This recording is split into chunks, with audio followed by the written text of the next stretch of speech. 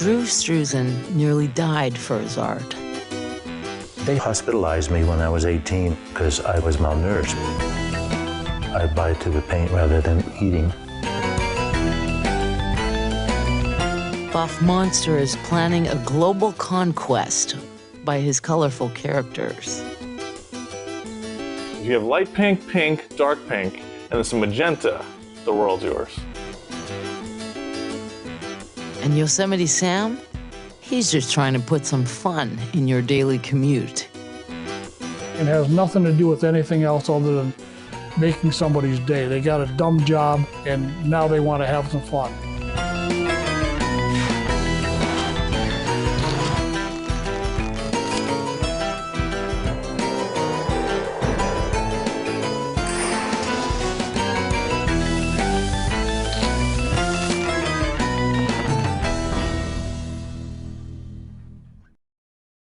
For the series That's Art, we talked to a lot of artists.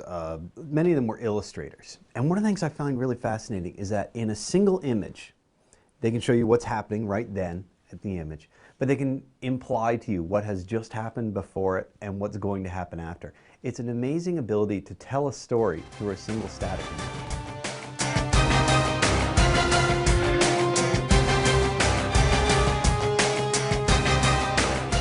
Drew Struzan is probably the greatest movie poster painter of all time. He's done Star Wars, Raiders of the Lost Ark, and E.T. He's done incredible work. There's a real Drew Struzan style that people refer to. The guy's an icon. What's interesting is to talk to him about his childhood, and he's very open about having a very rough, poor childhood, neglected child.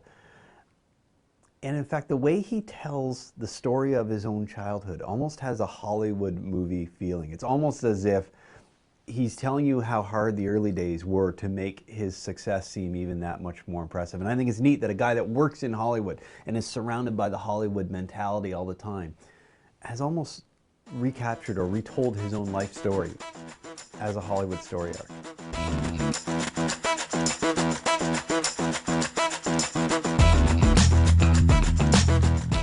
Buff Monster does little pink drawings of monsters and other creatures, and it's quirky, bizarre, almost Asian-inspired art. But Buff himself is a crazy dude.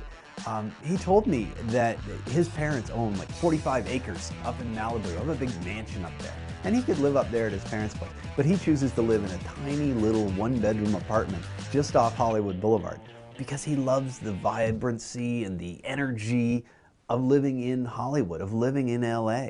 And that's so much a big part of his art. I don't think he could do his art if he lived up in Malibu.